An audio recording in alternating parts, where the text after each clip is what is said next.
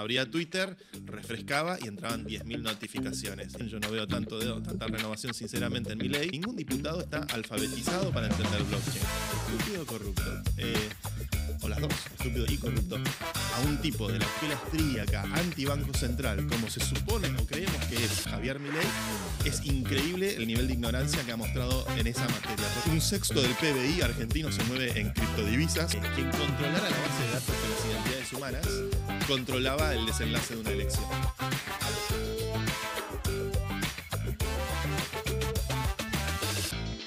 A un nuevo error de sistema, este ciclo de entrevistas enfocadas sobre todo en el mundo de la tecnología, en el mundo digital, donde ya pasaron varios invitados, así que métanse en @noseasneutral en YouTube y ahí van a encontrar todas las entrevistas que venimos haciendo. Ya van varias, ya te digo, perdí la cuenta en algún punto de cuántas vamos, pero todas son súper interesantes, así que si quieren ver qué hicimos más atrás, las van a encontrar en @noseasneutral o en Instagram también nos buscan como @noseasneutral. Ahí van a ver varios recortes, varios como anticipos o recortes, no te digo de la realidad, porque son recortes que reflejan la realidad de todo lo que venimos haciendo y todo lo que van diciendo sobre todo los entrevistados que están en este ciclo. Así que dicho esto, momento de presentar a nuestro invitado del día de hoy. Vino el señor Santiago Siri, que es, a ver, para aquellos que no lo conocen, es divulgador tecnológico, programador, no sé, presidente de Democracy Earth Foundation. Ese es para LinkedIn. Ese es para, claro,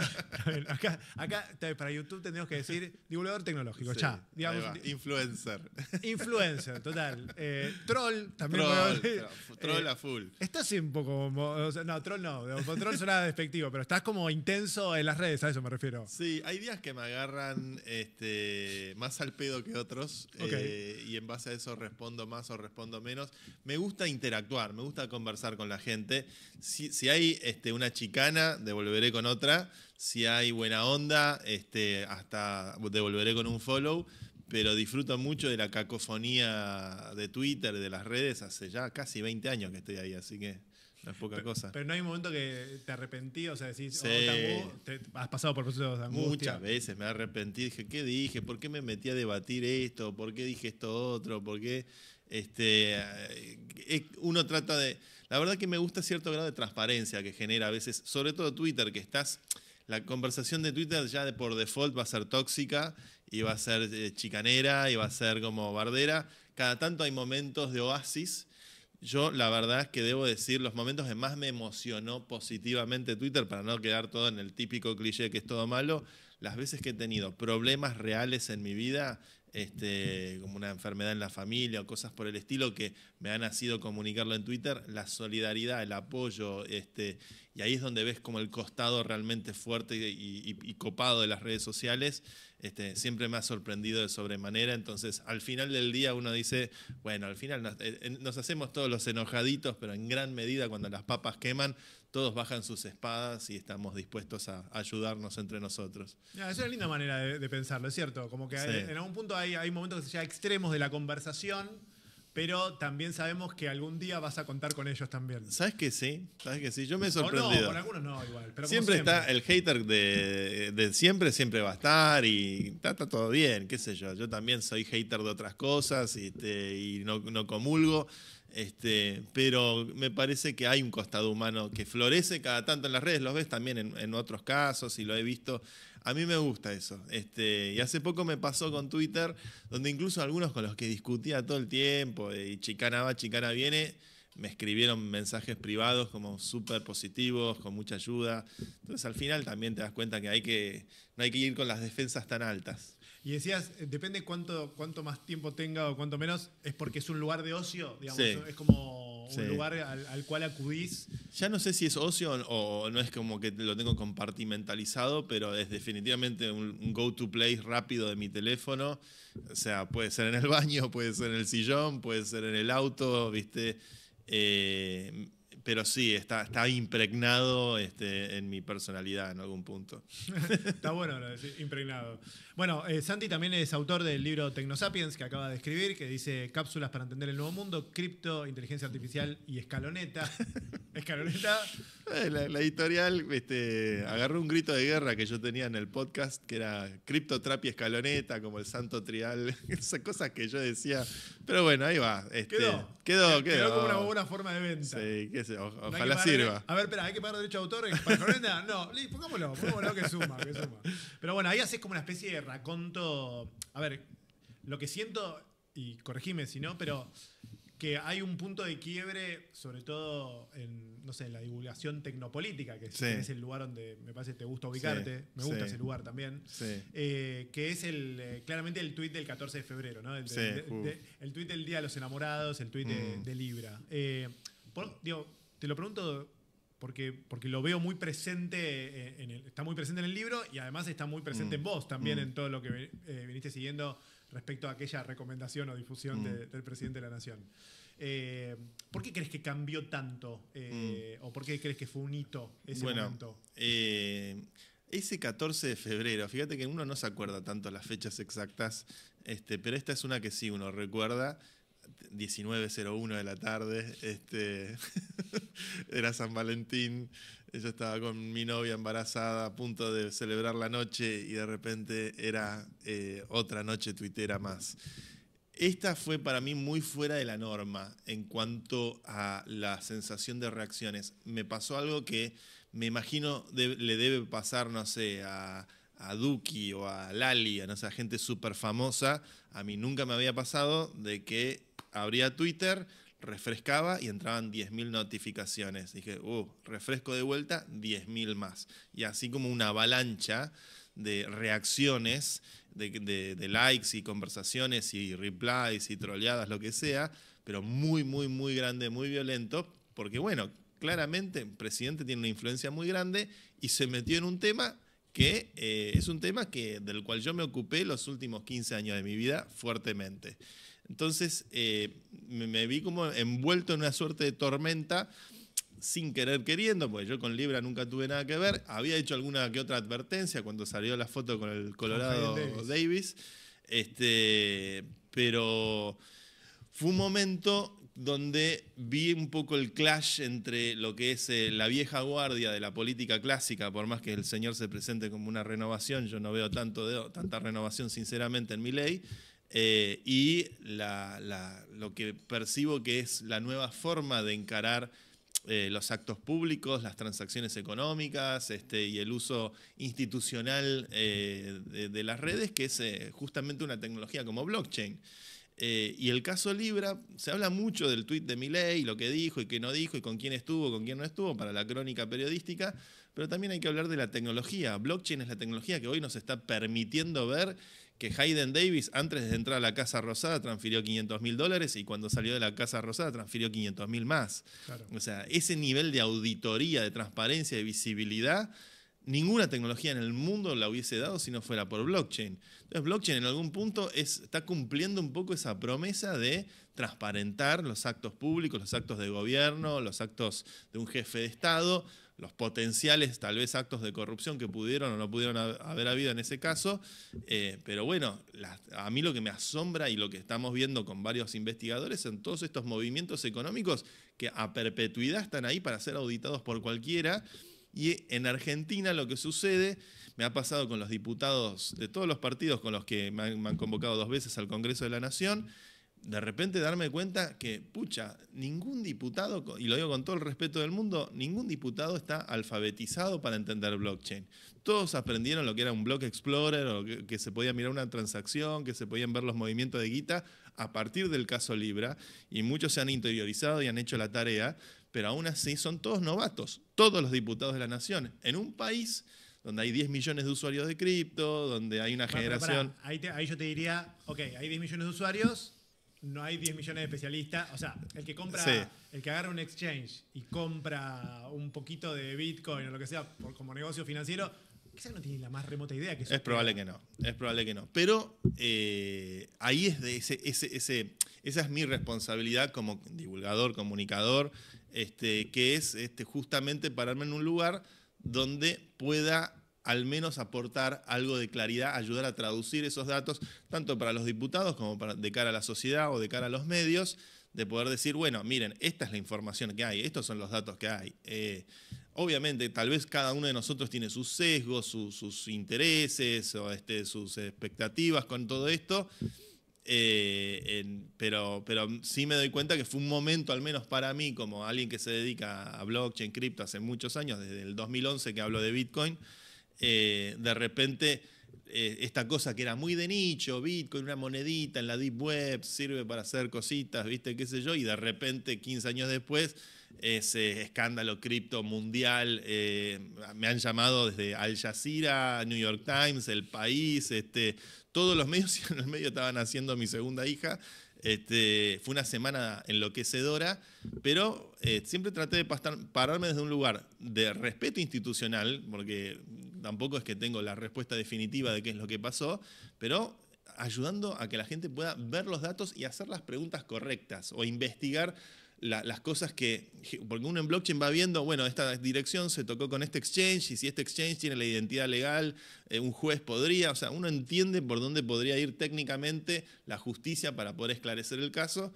Y nada, me parece interesante justamente la tecnología al servicio de hacer que los actos de gobierno sean más transparentes. Pero ahí la conmoción también tiene que ver con cómo el presidente obviamente cae en una estafa de algo que aparenta ser lo nuevo, que viene a ser lo nuevo, Sí. y de repente es utilizado aquello novedoso en realidad como un anzuelo para... Estúpido corrupto, ¿no? Estúpido corrupto. O las dos, estúpido y corrupto.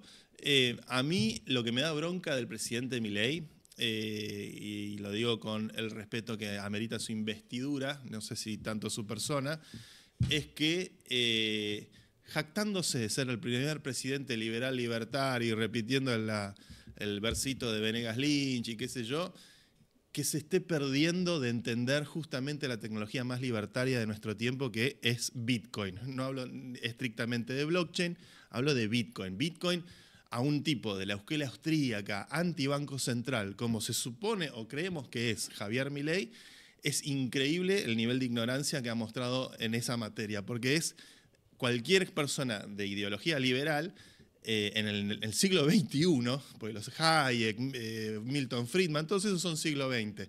En el siglo XXI no hay pensador más importante que Satoshi Nakamoto en materia de libertarianismo. Y a mí eso me parece una cosa increíble, que justamente se esté desperdiciando la vocación que tiene Javier Milei por estas ideas de no entender el capítulo más importante contemporáneo que se está escribiendo en esa materia. Satoshi Nakamoto es por lejos el economista o el pensador más influyente del siglo XXI en esa materia. Entonces, para mí es una gran frustración ver a Milei con el piripipí del liberalismo y verlo como francamente un ignorante en materia Bitcoin. Cuando en diciembre del año pasado, previo al escándalo Libra, Vitalik Buterin, a mí y a varios más, solicitó tal vez tener un encuentro personal con Javier Milei, hicimos la rosca, hablamos con funcionarios del gobierno muy cercanos al presidente, Vitalik se quiere juntar con Milei, es el número 1 del mundo en una industria que en Argentina es muy potente, que está exportando, que está creciendo. 1/6 del PBI argentino se mueve en criptodivisas como stablecoins y criptodólares. 93.000 millones de dólares se movieron el año pasado en cripto en Argentina. Es realmente importante. Y Vitalik vino en diciembre y la verdad es que fue como muy increíble que Javier dijo que no, y que cuando Javier dice que no, es no y no se puede volver a preguntar. Eso fue lo que me devolvieron del gobierno. Y para mí, cuando un mes después lo ves a Javier Milei con un ignoto como Hayden Davis, que no hay absolutamente nada de información de él online, hasta ese momento no había nada escrito sobre Hayden Davis, un completo fantasma, con un ignoto, tuiteando desde su cuenta que llega a 5 millones de followers, acá estoy, futuro, blockchain, no sé qué, con este colorado chanta, la verdad es que yo un mes atrás, participé de la rosquita para que se junte con Vitalik y de repente lo ves con este 4 de copas, que para colmo lo termina metiendo en una meme coin en Solana, generando un quilombo que hoy están todos desesperados porque no se investigue, por tapar, que no se note, que no se vea, y cada vez se ve más, porque la información está y de repente detectás este movimiento, esto otro. Entonces, para mí es una frustración muy grande que el presidente de mi país, el presidente de todos los argentinos, pues yo no sé si él lo tiene tan presente que es de todos, sino solamente de la ultraderecha y el resto de los parásitos no merecen su atención. No sé cómo funciona la lógica de ese hombre. O por ahí sí sé, y la verdad que me decepcionaría bastante si es como sospecho que funciona. Para mí ha sido como muy chocante todo este asunto. Y la verdad es que, tendrá que responder a la justicia por lo que ha hecho o no ha hecho, promovido o no promovido en el caso de Libra, pero indudablemente, al menos desde mi perspectiva, lo que percibo siendo bueno y generoso es un nivel de amateurismo atroz que en el círculo íntimo del presidente las reuniones o el acceso se daba por ciertos incentivos y no por incentivos cualitativos como hey, te está viniendo el número 1 del mundo. Claro. Y sentís que ahí, porque siento que te tomaste como personal, o sea, digo, personal en términos de, che, pará, loco, estoy tratando de traer un tipo para que se acerque a, sí, a alguien que es realmente un referente claramente cripto a nivel mundial, que viene a la Argentina, que te lo estoy haciendo juntar con el presidente para que el presidente, desde su ideología, que pueden machear o pueden coincidir en muchas cosas, y no me están dando bola y después pasa lo que pasa. Y aún así, yo siendo alguien que no necesariamente quiere ayudar a los liberales, no soy un liberal, no soy un partidario de la libertad avanza, yo no tenía... Y yo como, viste, por la Argentina, no por Javier Milei, no por la Argentina, que Argentina se piense tecnológicamente. Cuando Vitalik, y esto lo cuento mucho en el libro, la primera visita de Vitalik a la Argentina fue extraordinaria. Ahí sí se juntó con un expresidente que fue Mauricio Macri, después recorrimos el barrio Mujica con Juan Grabois, claro. O sea, confundimos a todo el mundo. Vitalik me había dicho, quiero juntarme con todos, no con un solo lado de la cuestión. Y dije, bueno, vamos a ver. Grabois es alguien que viene medio del palo tecnológico en algún punto, ¿no? Como... Sí, diría de los pocos que más o menos entiende de qué hablamos cuando hablamos de Linux o de software libre, claro. Tecnocracia, está formado. Grabois es una persona genuinamente formada. Y la verdad es que cuando vino Vitalik en el 22, se armó la Vitalik manía, la gente enloqueció. Levantó un poco la autoestima de, hey, Argentina están pasando cosas muy importantes en esta materia. Este año se va a hacer la DevConnect, que es la conferencia más importante a nivel mundial, que es itinerante, se ha hecho en Osaka, se ha hecho en Praga, se ha hecho en todos lugares del mundo. Ahora viene a la Argentina, van a venir 15.000 hackers de altísimo vuelo, las mentes más desarrolladas y sofisticadas en materia Web3, cripto, blockchain, etcétera, van a venir todos a la Argentina. Entonces hay muchos motivos para justamente levantar esa bandera. Y eso es, Santi, también, o sea, para que Argentina esté también en ese lugar, pues yo a veces me pregunto, ¿no? ¿En cuánto habrá tenido que ver, yo creo que mucho, el cepo cambiario? Muchísimo. Las crisis, digamos, las devaluaciones del dólar, digamos, como un resguardo de capital y a la vez un resguardo posible, porque quizás de otra manera no podrías... O no podías, o tenías demasiadas restricciones para comprar dólares. No, muchísimo. Pero tenía que estar bancarizado, etc. Mi perspectiva de la Argentina cambió y evolucionó mucho a partir del hecho de que yo viví 10 años afuera, 5 en Estados Unidos y 5 en España, en Europa. En Europa yo vi el confort de la gente que vive cómoda, el mileurista con su laburito, viene todo el turismo alemán, inglés, entró la guita, listo, estamos todos cómodos, hay mucho confort, una moneda estable, una economía estable, están todos, y no hay emprendedorismo, no hay innovación, cuando le hablé de blockchain a los mamis y papis del colegio de mi hija, viste, era una simple curiosidad. Sí, bueno, pues hombre, que yo estoy contento con mis euros y qué sé yo, hay confort y no hay hambre. Fantástico, es una posición para otras cosas de la vida muy buena, tampoco vamos a subestimar eso.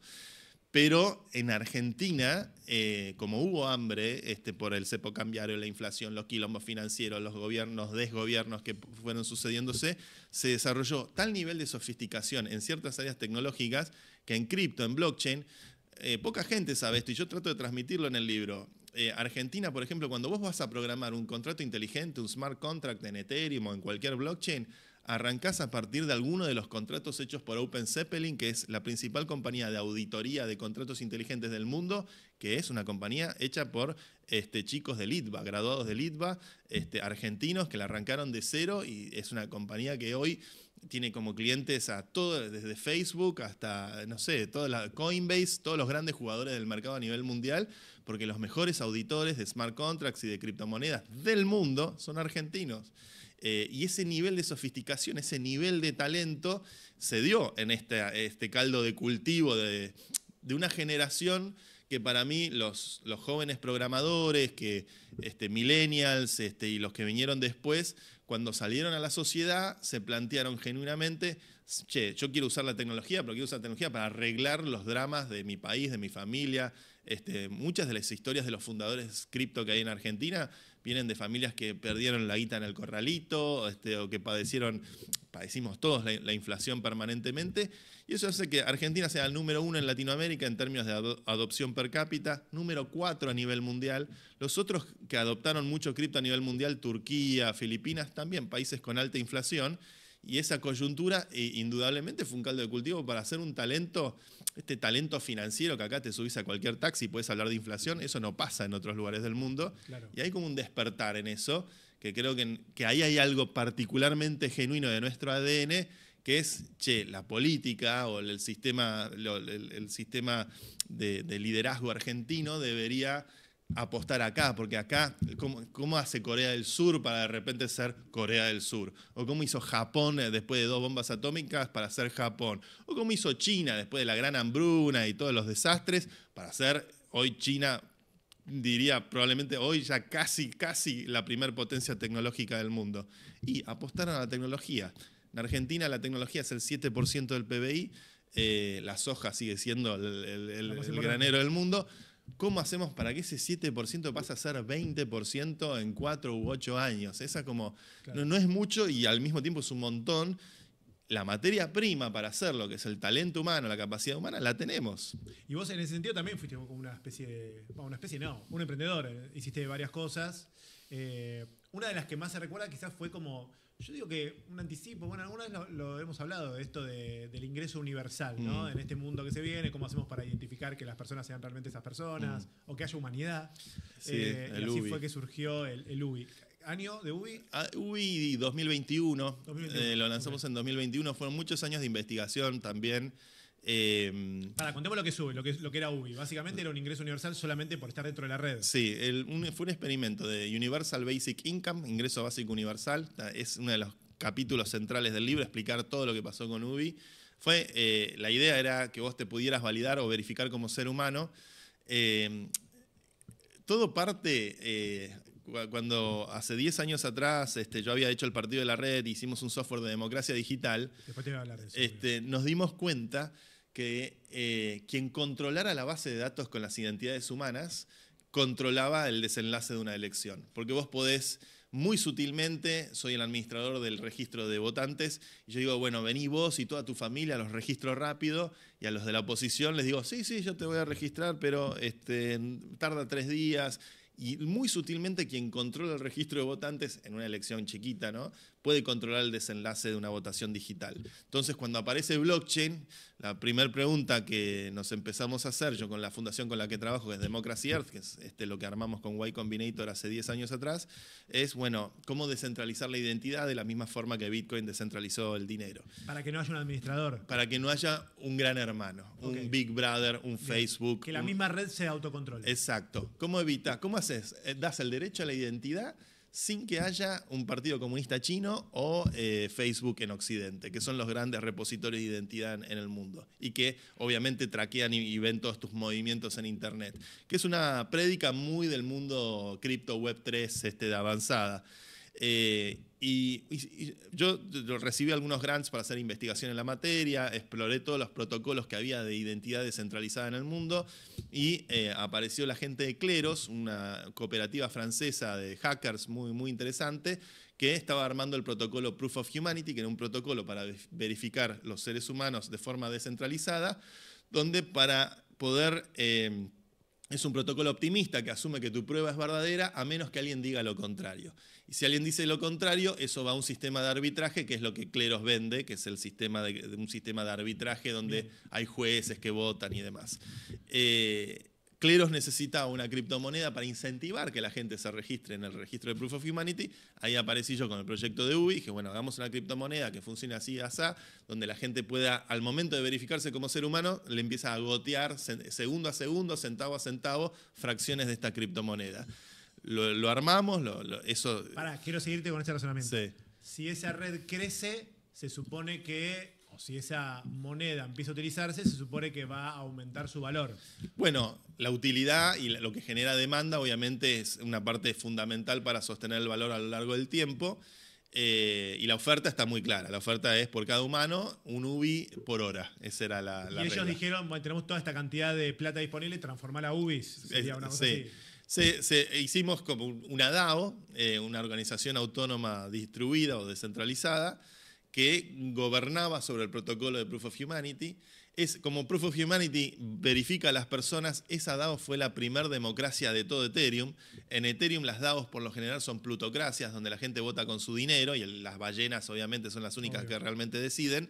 Y Proof of Humanity fue la primera DAO democrática de Ethereum, construida sobre blockchain, con smart contracts, descentralizada, con verificación de humanos, hechas con el sistema de arbitraje de Kleros, y donde incentivábamos a los humanos a registrarse recibiendo UBIs. Fue un experimento utópico de democracia digital que llevó la teoría de juegos de lo que es una democracia genuina en Internet o a nivel global a su límite máximo, porque después era una democracia directa donde vos podés votar directamente sobre las reglas del protocolo.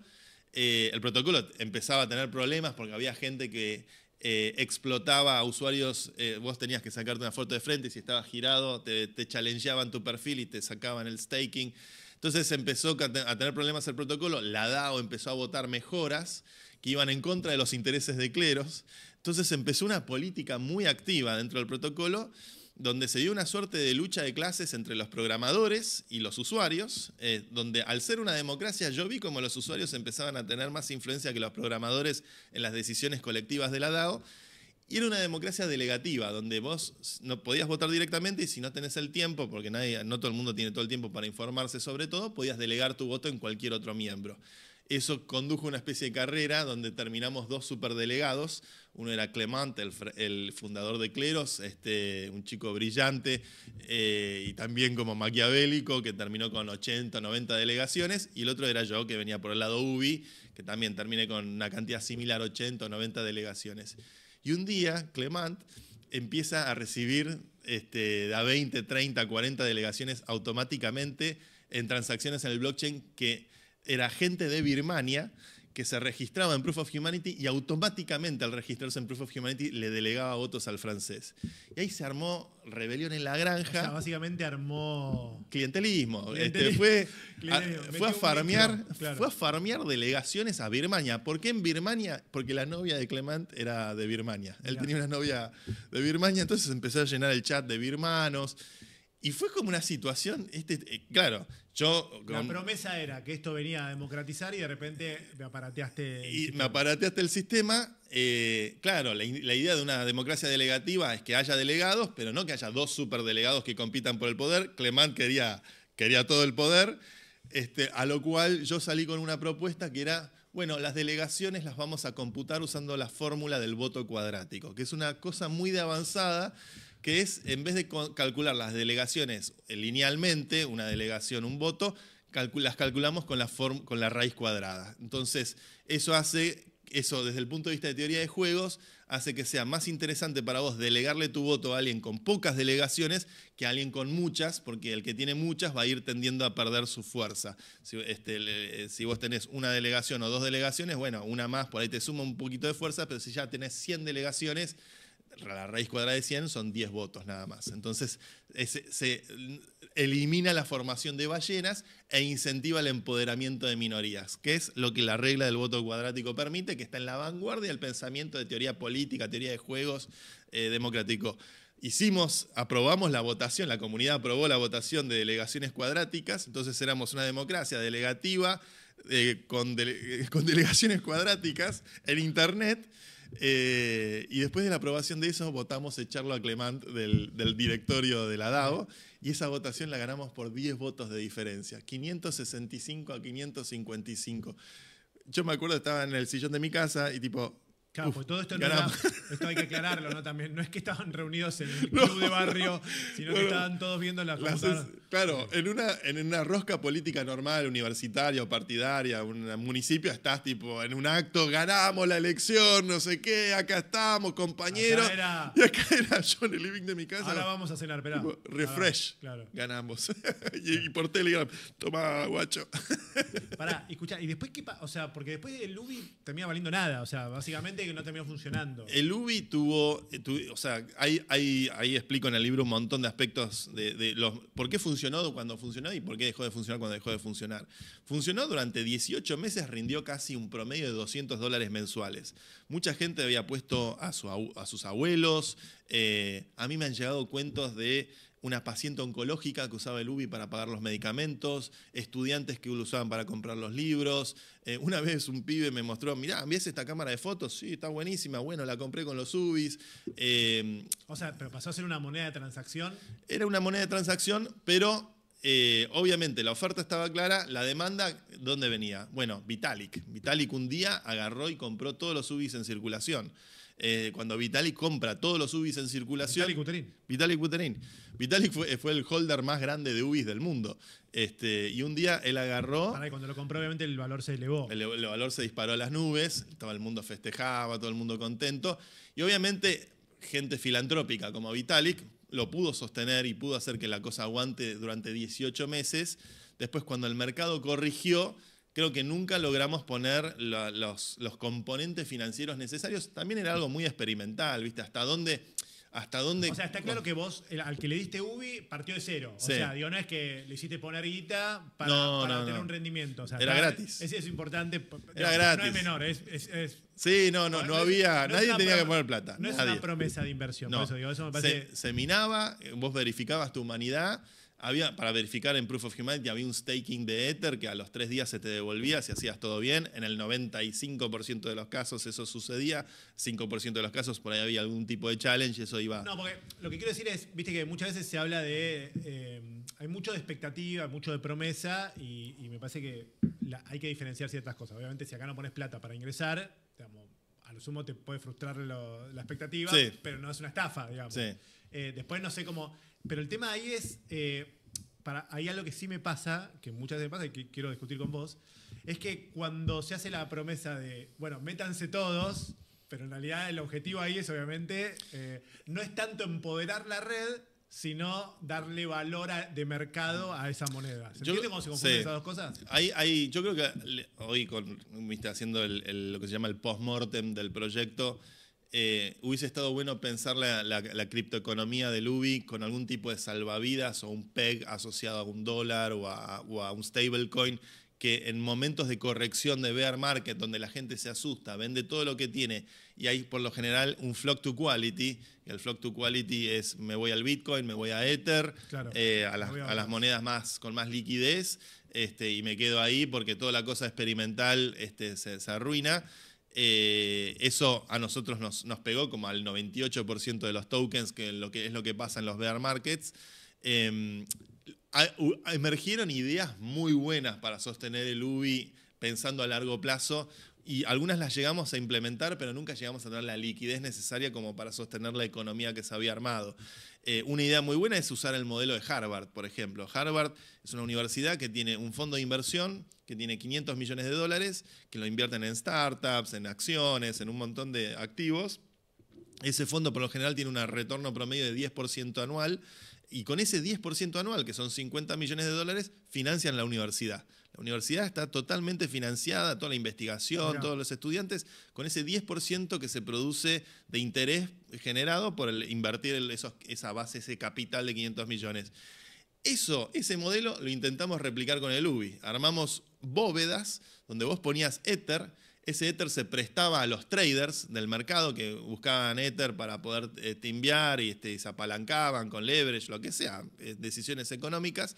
Y con la ganancia de prestar ese Ether, de prestarlo al mercado, la ganancia del 10, que era también un 4 o 5% en ETH, esos ETH de ganancia automáticamente compraban UBIs y los quemaban, los retiraban del mercado. Okay. Y ese era un modelo que si hubiésemos tenido acceso a guita grande, lo hubiésemos podido sostener, pero escala linealmente en base a la cantidad de usuarios. No sé si escala a 1.000 millones de usuarios, no, pero... Y Santi, el tema también es para qué, ¿no? Digamos, por eso me parece que hay una pregunta ahí pendiente de, bueno, damos ingreso universal. Queremos verificar identidad, listo. Primer objetivo, digo, vas por ese lado.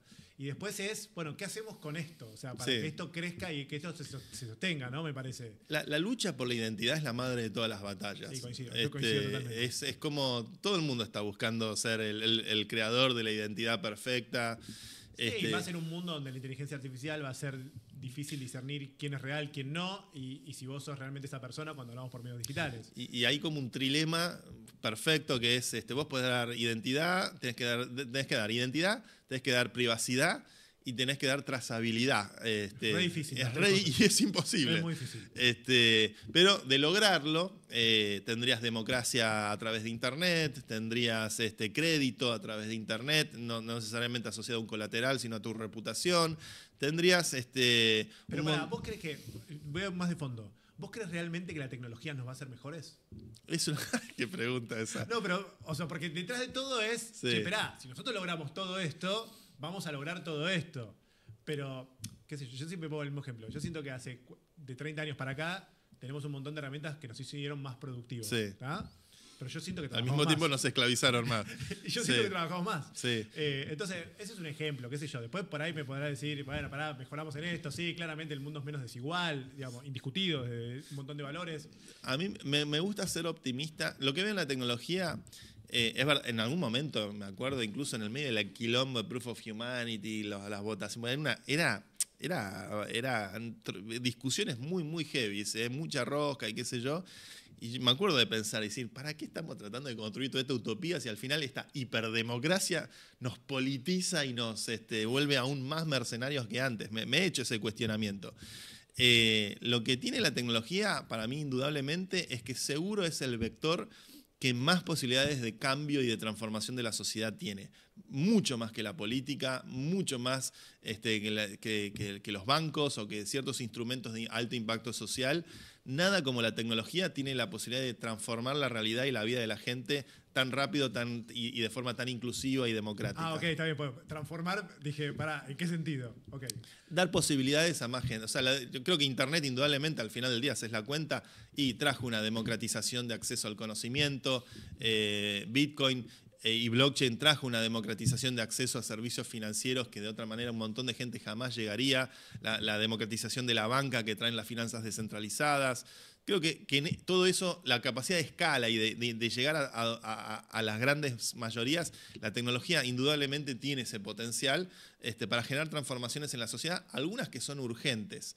Y a mí particularmente lo que veo en ciertas comunidades como Ethereum, comunidades de activistas, cripto y hackers y demás dedicados a este tipo de tecnología, es que hay mucha gente que genuinamente quiere ver un impacto social, sobre todo con el UBI, por ejemplo, era algo que buscábamos, es cómo impactar a los de abajo, no cómo hacer tecnología para hacer mejor tecnología y beneficiar a los de arriba, que de eso está plagado, es el 98% de la industria tecnológica. Que termina todo ahí, ¿no? Sí, todo ahí, más Elon Musk, más Jeff Bezos, ¿cuántos más de estos oligarcas necesitamos? O sea, hay una cuestión ahí de poder, y creo que Vitalik, por ejemplo, es un pibe que genuinamente creo que cuando él aceptó ir a recorrer el barrio Mujica conmigo y con Grabois y ver cómo vive la gente más vulnerable de nuestra sociedad, creo que hay una vocación social que cuando a esa vocación social le pones algo de tecnología y puedes generar un impacto muy importante.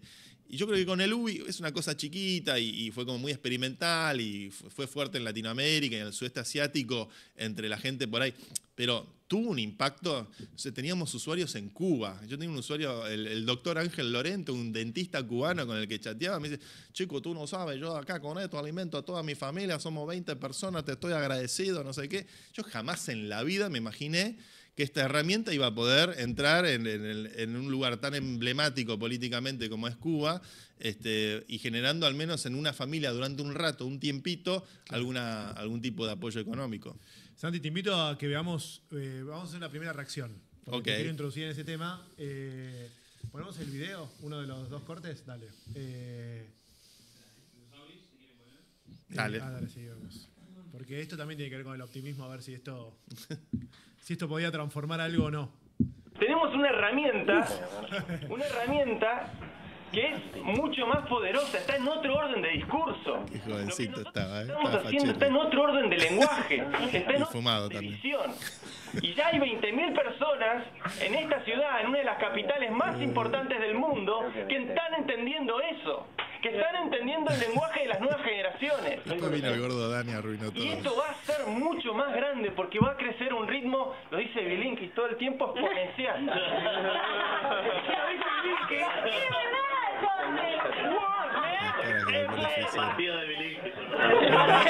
oficial. Ahora charlemos un poquito de esto y después vamos al segundo. Esto era el partido de la red, elecciones 2013. 2013, sí. 2013, Sí. donde intentaban meter un diputado. Yo fui muy crítico del partido de la red, quiero decir. Ah, ¿sí? Mirá. Muy crítico.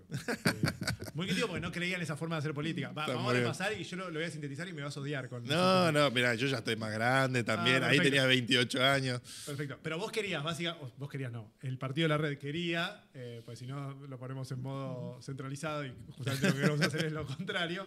Pero ustedes querían meter a un diputado que sus votos o sus decisiones reflejen la votación de la mayoría. Y para eso había un software donde la gente afiliada al partido, en realidad, iba a votar sobre cuál sería la decisión que tomara ese diputado, ¿no? Sí, es correcto. Era el diputado troyano, era un caballo de Troya el diputado. El diputado no tenía, o sea, era una mano que apretaba un botón, Exacto. básicamente. No tenía cerebro. Su capital político estaba atado a la promesa que iba a votar de acuerdo a lo que la gente le decía por internet. Era una forma de hacer la democracia más participativa, más directa. Para abrirnos también, era 2013. 2013, época de furor, de enamoramiento, de apogeo, de entusiasmo con la tecnología en general. Coincido. O sea, porque- en esa te banco. Sí, éramos como...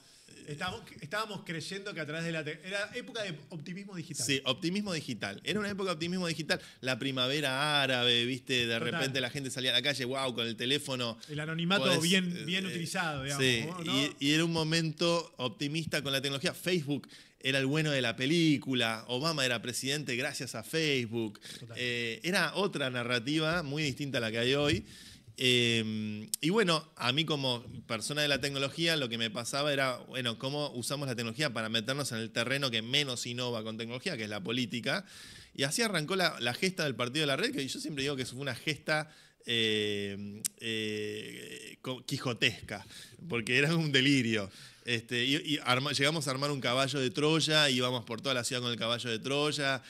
Hacer campaña política usando analogías griegas es como una cosa muy pretenciosa que hoy, que entiendo un poquito más de comunicación, digo, ¿qué estábamos haciendo? Pero al mismo tiempo tenía una cosa muy linda de ser algo muy utópico, muy idealista. Nuestra boleta no tenía la boleta del primero de la lista o el principal candidato, sino que tenía la cara de los 30 candidatos. Tenía cosas muy... Dejó como un legado muy lindo el Partido de la Red, muy inocente también, yo diría, un poquito naif. Se te veía también el discurso. Sí, eso, ¿no? Como- ese discurso. Ese discurso fue muy gracioso porque había como algo... O sea, a mí sí me dio un poco de gracia y te pido disculpas por eso. Sí. Pero esta mezcla entre lo quijotesco y lo naif, ¿entendés? Total. O sea, porque me estás diciendo las dos cosas al mismo tiempo. Yo soy el primer comentarista riéndome del flaco ese que está haciendo ese discurso. O sea, hoy en día, no sé, uno va madurando y evolucionando ciertas miradas, pero fue una experiencia que a mí me inició mucho en el campo de la política. Lo que hicimos a nivel tecnológico fue, de repente un día vimos que nuestro software se usaba en Túnez para debatir la Constitución Nacional, o lo usaba Podemos para debatir... Lo usó, me acuerdo Facundo Garretón. Y lo usó, 2017. eso lo cuenta en el libro. Claro. Facundo lo usa para dirimir su decisión sobre la ley del aborto. No, esto fue increíble. Contalo porque es increíble esa historia. O sea, Para mí Facundo siempre dice, vos me arruinaste mi carrera política. Facundo decide usar nuestro software para decidir su voto sobre la ley del aborto y él termina de completar un poco el experimento que queríamos hacer con el Partido de la Red en una ley súper trascendental. Y lo que termina ocurriendo es que votan unas 30.000 personas, pero a nivel nacional gana el sí a la ley, pero en Tucumán, que era su provincia, gana el no. Entonces Facundo dice, ¿qué hago? ¿Obedezco lo que me dicen mis votantes de mi provincia o lo que dice a nivel nacional? Y se le armó un quilombo donde al final no, solamente logró confundirlo más la herramienta. Y él claramente quería votar por el no. Votó como le dijo su suegra, creo. O sea, no como dijeron en Tucumán. Me acuerdo mucho del voto de Facundo. Yo me acuerdo hablar de esto con Facundo años después, que él se quemó de la política y ahora tiene una de las principales empresas de cultivo de cannabis del Uruguay. Facundo me dice, yo tenía que volver a Tucumán y que no me tiren piedrazos por todos lados. Que ese era el verdadero problema que él tenía con su voto. No era el tema del... Exacto. No es el software el problema. Al final, claro, uno piensa que el software, yo eso hoy lo tengo clarísimo, ese es el jugador siempre. Y si le das mejores reglas al funcionamiento democrático, ¿qué es lo que aspira al hacer la democracia? Aspira a construir legitimidad en una decisión difícil. Uno no va a una votación para decisiones fáciles. Por ejemplo, ¿quién tiene que diseñar un avión? Y un ingeniero aeroespacial, no sé. Eso es una decisión obvia, es una decisión fácil. Una decisión difícil es algo donde hay mucho riesgo, muchas cosas en juego, intereses contrapuestos que no acuerdan, y hay que hacer algo al respecto. Y para poder resolver esa decisión tenés que construir legitimidad. Y esa legitimidad, algunas sociedades lo hacen con la herencia y tienen monarquías, otras sociedades lo hacen con la voluntad de la decisión del pueblo, ¿no? A través del voto, que me parece lo más moderno y lo más elegante en términos de construcción de legitimidad, valga la redundancia. Entonces, a eso aspira la tecnología, que tengamos mejores mecanismos para poder tomar esas decisiones difíciles, al menos con un grado de legitimidad alto que nos permita estar seguros de que, bueno, avanzamos por acá porque esto es lo que decidimos entre todos. Y en el libro también contás algo que me sorprendió, que es que decís que se te metió el servicio de inteligencia dentro del partido. Sí, teníamos hay agentes raros, personas raras que aparecen, que empiezan a sacar fotos, que empiezan a hacer preguntas raras. Como que iban a militar dentro del partido. Que la juegan de militantes, pero te das cuenta que a mí me pasó un tipo que todos los días me mandaba amenazas por Twitter, que aparecía en las reuniones del partido, no hablaba y filmaba todo, y después por Twitter me bardeaba a mí, bardeaba a mis compañeros, todos los días. Y decía, bueno, en cada uno de sus bardeos decía, bueno, si querés puedes llamar a este número. Y era un número con 6 ceros, era 568-000000. Y dije, qué raro, un número con 6 ceros. Esto no es, o sea, ¿quién tiene un número con 6 ceros? Y me acuerdo un día que lo llamé, dije, tengo que llamar. O sea, son 6 ceros seguidos. Me agarró la gran neo, dijo, vamos a llamar. Y hablé con el pibe. Yo me acuerdo que estaba en Francia, estaba re paranoico. Digo, bueno, lo llamo, aprovecho, estoy fuera de la Argentina para que no detecte mi número, qué sé yo. Hablé con el pibe. Y el pibe era una especie de psicópata que me decía, vos sos un genio, vos sos el futuro de la política en Argentina, está buenísimo, pero sos un hijo de puta, porque querés hacer guita con esto, que sos emprendedor y querés hacer guita, pero sos un genio, y me psicopateaba así. Y en un momento le digo, pero bueno, decime qué querés que haga, o sea, me estás volviendo loco, hace 2 meses me estás bardeando todos los días en Twitter, te bloqueo y bardeás a todos los que me contestan. ¿Qué querés que haga? Me dice, bueno, esto se resuelve muy rápido. A vos te están corriendo los tiempos de la justicia. El 7 de noviembre tenés que presentar las afiliaciones, no vas a llegar. Poné un sobre con $100.000 a nombre de esta jueza y vas a tener todo aprobado. ¿Por qué no estás a la puta que lo parió? Yo reaccioné con miedo. Unos días después hablé con un amigo que está muy metido en temas de política y me dijo, el tipo te estaba grabando, te está armando una carpeta, claro. Y el día de mañana te tiene grabado tipo Siri, dijo que sí, te va a depositar, y te aprietan con esas cosas y ahí te das cuenta que decís, qué poronga que es todo, ¿viste? Qué retorcido, con qué paranoia tenés que moverte. Ahí es donde empiezo a tener un poquito de empatía por el presidente, porque es realmente perverso los juegos de poder, los juegos del sistema. Y nada, ahí en ese momento dije, me voy a dedicar a la tecnología. Ahí es donde me fui a San Francisco, salió lo de Y Combinator, y arranqué por un carril tecnológico, dije, bueno, la política, y después, bueno, después uno vuelve más maduro y se toma las cosas con... Para ti, decir 2 cosas de la política.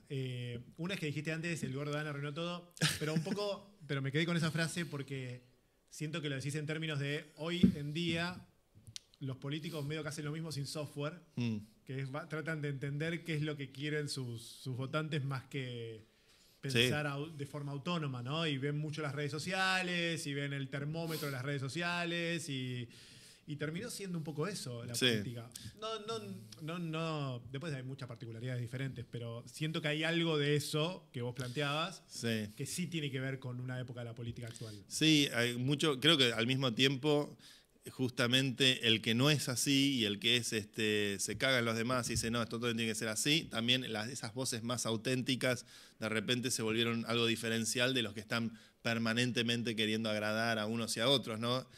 Pasamos de la gran avenida del medio a ahora en una época ultra polarizada como nunca antes se vio, o por ahí sí, en realidad se vio en otras épocas de la humanidad y no terminó bien, pero bueno, los jóvenes, los chicos, los niños que vivieron solamente del 2000 en adelante y sobre todo los varones, tal vez ven con entusiasmo algunas de estas ideas, pensando que son novedosas, síntomas de época, pero a la larga yo no dejaría de ser optimista dentro de todo. Me parece que tenemos una democracia que funciona, que logra sostener y contener, a veces con muchísima dificultad, reclamos que vienen por todos lados. Yo en algún punto al final lo que pienso con la tecnología es ojalá pueda contribuir para robustecer nuestra moneda, nuestras instituciones, nuestro sistema de votación y que todo funcione de una forma mucho más sólida para construir esa legitimidad y un buen funcionamiento económico. Es una espada de doble filo que algunos la pueden usar también para lastimar. Me parece que lo que hoy vemos en las redes sociales es que se las instrumentaliza como un arma. Claro. Y eso es lo que hacen los trolls a sueldo de estilo Gordodán, que si bien están como convencidos de su causa, lo cual es loable y es respetable, muchas veces están dispuestos a cruzar cualquier línea, al fin les justifica los medios, y lo usan para hostigar, para amenazar, amedrantar, doxear, todas prácticas que son francamente prácticas muy nocivas y tóxicas que no construyen una sociedad mejor. ¿A vos te ofrecieron ser diputado? Sí, me ofrecieron ser diputado. Estuve muy cerquita. Sí, dije que sí. ¿Partido? Del PRO. Me ofrecieron ser diputado del PRO. ¿Ahora, 2023? En el 23. Y me salvó mi hija. Me estaba divorciando en el 23. De aquel partido del PRO. Otro PRO. Que era el partido ese que existía hasta 2023. Me salvó mi hija y yo estaba en una situación de estaba mal familiarmente. Una separación y un divorcio que fue bastante amigable dentro de todo. Pero en un momento me cayó la ficha y dije, si me van a llenar la cara de dedos en este año, que sea con una sola cosa a la vez, y decidí bajarme medio por eso, porque no estaba bien anímicamente como para encarar. ¿Te había propuesto a Mauricio Macri, él? La propuesta vino de Macri y con el apoyo del sector tecnológico. En el foro Yao Yao, donde ahí, después de participar en el foro ese año, me sugirieron ser parte o liderar la lista del PRO en la ciudad de Buenos Aires. El PRO estaba en el medio de una interna entre Patricia Bullrich y Horacio Rodríguez Larreta. Con los dos mantuve reuniones a título personal, la verdad que interesantes, como estimulantes. Con alguno por ahí tengo más coincidencias que con otro, pero en líneas generales me pareció un desafío interesante tratar de, por ahí es una forma de volver a hacer política desde un lugar, desde una maquinaria mucho más robusta, no entendiendo si alguno podía llegar a ser presidente o no. Y después entendí que estaba siendo parte de una interna que no era la mía, ¿viste? Esta peleita entre unos y otros dentro de todo esto, y yo, ¿viste? Me empezaron a tironear unos y otros. Me dijeron, vos tenés que salir a hablar públicamente ahora, esto es política, te la tenés que jugar por tal y tal. Y yo dije, la verdad es que no la siento, jugármela en público por tal y tal, ¿viste? No, si hubiese quedado, hoy estaría, pero ¿qué hago acá? Claro. La libertad avanza, no me veo, la verdad. Pero igual siento que tenés como aspiraciones políticas, ¿no, Santi? O sea, ¿qué te gustaría? Las trato de mantener en ámbitos donde al menos pueda sentir que estoy hablando de forma genuina. Creo que hoy me doy cuenta mucho más que estar afuera a veces garantiza cierta validez en mis opiniones que si estuviera dentro. Pues lo veo con amigos muy queridos, compañeros de mi generación que sí están metidos y participan de la política. Varios del Partido de la Red, de hecho. Varios del Partido de la Red y que los quiero mucho. pero veo que obviamente ya su voz se transforma en algo táctico para un objetivo político que a veces no es en el cual ellos están firmemente convencidos, pero bueno, aceptaron jugar ese juego. Yo no descarto el día de mañana tratar de contribuir desde algún lugar a mi país. Soy muy argentinista, amo la Argentina. Después de vivir 10 años afuera, la amo todavía más. Y uno trata de actuar con convicción. Pero bueno, es un ámbito realmente muy, muy bravo y no es para cualquiera, me parece. A ver, ¿te arrepentís de por ahí, no sé, esas fotos públicas con políticos? A veces decís, che, pará, no tendría que haberla hecho, tipo... La de Sergio. La de Massa. No sé, o sea, esa fue una, pero hubo varias, digamos. ¿No? En mi lógica interna tengo fotos públicas con Macri, con Massa, con Bullrich, con Horacio, creo que prácticamente con todo el espectro político, y tengo muy buenos amigos en todos lados, en el peronismo, en el radicalismo, me siento versátil, incluso en la Libertad Avanza, tengo algunos de los trolls son muy amigos míos, y a mí me gusta poder conversar con todos y matizar las ideas. Con Massa por ahí fue un poquito el timing un poquito delirante de mi parte porque estaba en el pleno de la campaña política, él venía de ganar hace 2 días, yo pensé que bueno, por ahí este tipo es presidente, y la verdad es que a mí me entusiasmaba decirle, che, si sos presidente, poné reservas del Banco Central en Bitcoin. Bitcoin cotizaba $25.000 cuando yo me junté con Massa. Cuando se lo propuse en una carta pública a Kicillof, cotizaba en $600. Ahí cotizaba en $25.000. Y era decirle, mirá, ni siquiera vas a tener que comprarlo. Lo minás con vaca muerta usando gas de venteo. Las petroleras están obligadas a retirar el venteo de la atmósfera porque genera cancerígenos, es polución, no pueden participar en los mercados globales. Y ese venteo, en vez de metérselos en el traste, lo pueden usar para minar Bitcoin. Ese metano, ¿no? ese gas de venteo lo pueden usar para minar Bitcoin. Y todos contentos y acumulamos reservas en un activo que el día de mañana tiene altas posibilidades en el siglo XXI de desplazar al dólar como instrumento de reserva de valor de la humanidad. Se entusiasmó Sergio, se golpeó la mesa, eso me gusta. Dije, wow. Es buena imitación. Eso me gusta, no, te lo puedo imitar, porque te juro que la tuve 2 horas, estuvimos con Sergio. ¿2 horas? 2 horas. Debo decir una cosa, fue puntual, que me sorprendió, un político que sea puntual es muy raro, y estuvimos 2 horas. Después hicieron el recorte para la campaña, me llenaron de dedos de todos lados, está bien, pasa. Pero, ahí es donde decís, digamos, no sí, fue el timing adecuado. Qué sé yo, la gente piensan que soy kirchnerista y la verdad que nada más lejos de la realidad. Tengo un montón de aprecio por el peronismo. Considero que hay factores del peronismo históricos que lo vuelven como algo genuinamente excepcional a la Argentina. Esta idea de pensar en los trabajadores, en sus derechos, en industrializar el país, en pensar tecnológicamente. Por ahí veo que ese es el lugar donde más vocación tecnológica hubo históricamente. No obstante, no soy partidista de nadie en particular. Tengo mucho respeto por quienes ejercen la política, más allá de las opiniones que puedan generar unos u otros o las sensaciones personales. Trato de no dejar de ver el lado humano detrás de toda esta gente. Sí, después, qué sé yo, cuando me junté con Macri y Vitalik, también me salieron al cuello de todos lados. ¿Cómo lo llevas a Vitalik con Macri? Dijo, bueno, lo voy a llevar con Grabois. ¿Cómo lo llevas con Grabois? Pero mi objetivo es que poder hablar con todos, ¿no? Que de eso se trata una democracia. Vamos a ver otra imagen, otra reacción. Vamos a ver no la del Partido de la Red, sino porque esa ya pasó, sino la del plan nuclear, me interesa. Dale, uy, a ver. ¿La tenemos esa o no? ¿El artífice de la bomba atómica? No, a ver, mira, lo que buscamos es si vos crees realmente que si avanzó en algo esto, o sea, si realmente estamos en un plan, porque el año pasado vamos a repasar un poquito para... Sí. El año pasado fue la reunión de Milei con varios líderes tecnológicos, donde se suponía que había una posibilidad de que Argentina se convirtiera en un polo de proveedor de energía, sobre todo, o incluso con ahora mini reactores nucleares, etcétera, para las inteligencias artificiales que demandan mucha energía. a cargo de ese plan lo pusieron a Demian Reidel, que vos lo conocés bien. Sí, sea, sí, no sí. sé si sos amigo, pero... Soy amigo. Lo quiero mucho, Demian. Ok, que han ingresado al Instituto Balseiro, etcétera. ¿Vos crees que estaba, no sé si crees o tenés la información de que está avanzando, que realmente nos vamos a convertir en algo o que viene medio...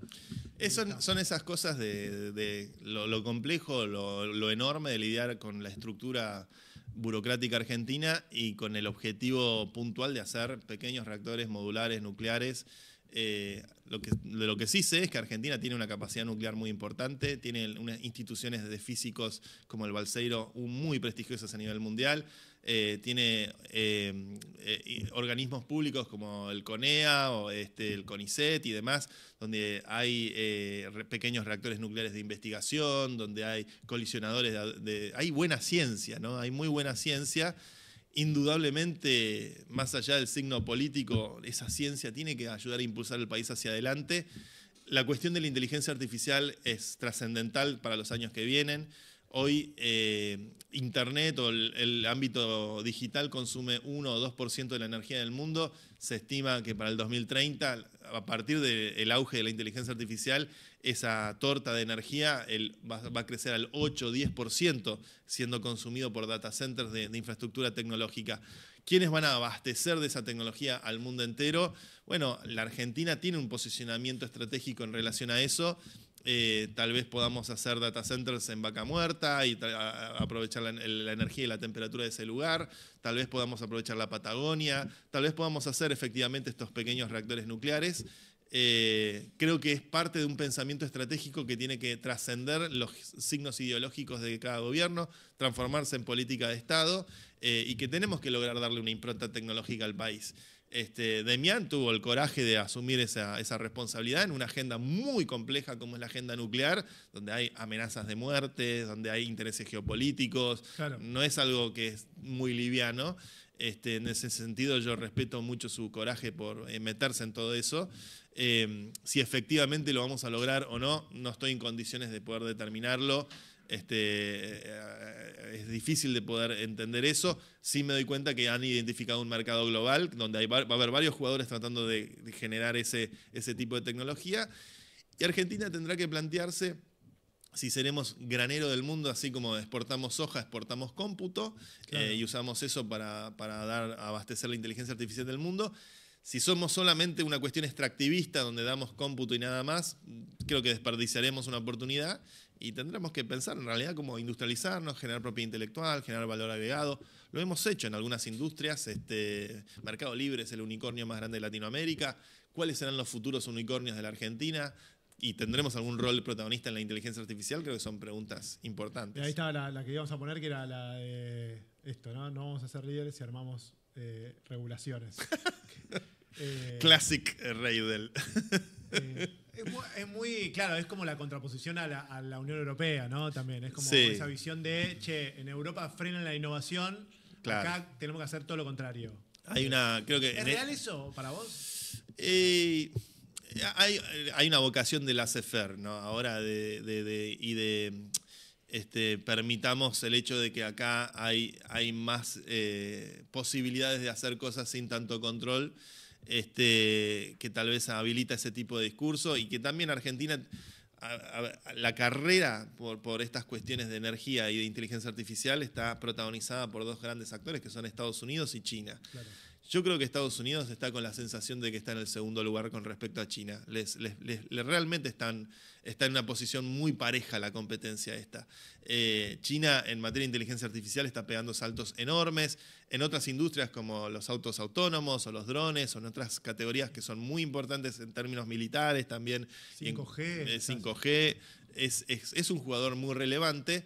Y en ese sentido, Argentina, que yo soy más partidario, como decía Carlos Escudé, del realismo periférico, donde usemos un poco a China y Estados Unidos a favor nuestro y claro. No necesariamente no nos juguemos por un país. El servilismo que vemos ahora a mí no congenio tanto. Soy más argentino que pro-yanqui o pro-China. Pero no obstante, creo que bueno, entender cómo nos posicionamos estratégicamente en relación a eso es un debate muy importante y que nuestra clase política debería capacitarse, informarse y lograr la forma en que la sociedad también participe de esos debates. Santi, ¿te preocupa algo de la inteligencia artificial que digas, che, esto va a ser un quilombo? Sí, la profunda dependencia que vamos a tener, porque va a transformarnos mucho como especie, que creo que ya en algún punto, a un cierto grado, la empezamos a sentir o a ver en la sociedad. Incluso muchas veces interactuamos con inteligencias artificiales o vemos contenido hecho por IA sin saber que lo estamos viendo. En la última elección porteña, donde se usó un deepfake Macri, ¿no? que pudo haber robado 1 o 2 puntitos, también fue muy emblemático, fue muy como los tiempos están cambiando y están cambiando por esto, para bien, para mal, donde incluso ves la generación de Macri quejándose, diciendo esto es robar, esto está mal, es estafar a la gente, es fraude, que está bien, tiene razón, están engañando a la gente con publicidad engañosa, y después ves a la generación Gordodán, los votantes de Milei, que se jijean en las redes y dicen, loco, ¿entendés los códigos de la inteligencia artificial? Es obvio que es IA, nos estamos cagando de risa, y esto es sátira. Y los dos tienen razón, y es una cuestión generacional donde me parece que estamos un poco en la bisagra de eso que se viene, que algunos entienden esos nuevos códigos y el establishment que tal vez se ve más preocupado o ofendido, también con razón. No, pero los dos, ¿en serio tienen razón para vos? Y la verdad es esquiva, ¿no? La verdad es multipolar. No, pero está claro que uno es una sátira, eso está claro. Sí. Digamos. Esa parte del concepto es obvio que es cierto. Ahora, el tema es minimizar el efecto de la sátira. Para mí el banderín de Offside se levanta cuando lo hacen un sábado a las 7 de la tarde. Claro. Ahí es la genialidad maquiavélica de Caputito, o alguno habrá tomado la decisión de guardarse esa bomba al último minuto. Mi sombrero de Maquiavelo y política realpolitik dice, oh, qué jugada brillante. Ahora me saco mi sombrero de ciudadano preocupado por cómo engañan a los abuelitos que miran La Nación Más y se encuentran ese video repetido todo el tiempo. Y La Nación Más diciendo qué barbaridad, pero el abuelito dice, acá me dicen que tengo que votar al del felpudito. Bueno, esas contradicciones creo que hacen divertido vivir en la Argentina. Escúchame, para cerrar tengo una propuesta que es, yo te leo un par de frases y vos me decís si son delirantes o no tan delirantes. Dale. Igual conociéndote, te voy a decir algo. Vas a ser muy optimista, nada te va a parecer delirante. A ver. No sé, yo te leo oraciones que se me fueron ocurriendo así, medias delirante, qué sé yo. Que un país entero. A ver, ¿qué te pasa? Vos me tenés que decir si es delirante o no tan delirante, ¿está? Dice: un país entero va a poder correr su sistema electoral en blockchain para que cualquiera pueda auditarlo en tiempo real. Delirante hoy, porque blockchain tiene temas de escala complejos para llegar a millones de personas, pero de acá a un par de décadas no. ¿Y va a ser auditable para todos? Por eso es la duda que tengo siempre con Bueno, el es lo más importante, todo. ¿no? Que Que todos cualquiera pueda auditar. Sí, yo creo que todos van a poder tener, vos como votante deberías poder tener la certeza de que tu voto se contabilizó y se contabilizó correctamente y que no se vulneró la privacidad de eso. Total. Ese es el derecho que tenés que tener como votante. La siguiente: un Estado va a pagar un ingreso básico universal en una moneda estable, emitida y gobernada por una DAO global. No sé si llegará a ser global, pero esa DAO está formándose, se llama WorldCoin. Algunos lo podrán ver como una... Pero no lo va a pagar el Estado. No, claro, eso es, yo diría, el network state tratando de hacer una especie de subversión en los países menos desarrollados y tratando de aprovecharse de poblaciones vulnerables para identificar a la gente. Eso existe, está sucediendo, y en Argentina además tienen 4 millones de usuarios. Puede ser una nueva forma de colonialismo. Hoy lo veo también. O sea, yo con WorldCoin tuve muchísimos debates. No me parece delirante. Me parece que hacia ese futuro vamos. Ojalá el ingreso básico universal lo paguen las máquinas, que lo paguen los robots, que son los que te pasan. Como decía Bill Gates, en un momento, Sí. no pongamos impuestos a las máquinas. Que paguen los robots. Y que sea algo que pueda ser gobernado de forma abierta y democrática y no por una corporación que se beneficia. En 2000, esta me parece una idiotez, la escribí yo, pero me parece una idiotez. En 2035 la mitad de las leyes se van a redactar y se van a votar con ayuda de inteligencia artificial y contratos inteligentes, y los que trabajan en el Congreso solo van a revisar. Te quedaste corto, del 98%. ¿De verdad me estás diciendo? Sí, sí, sí.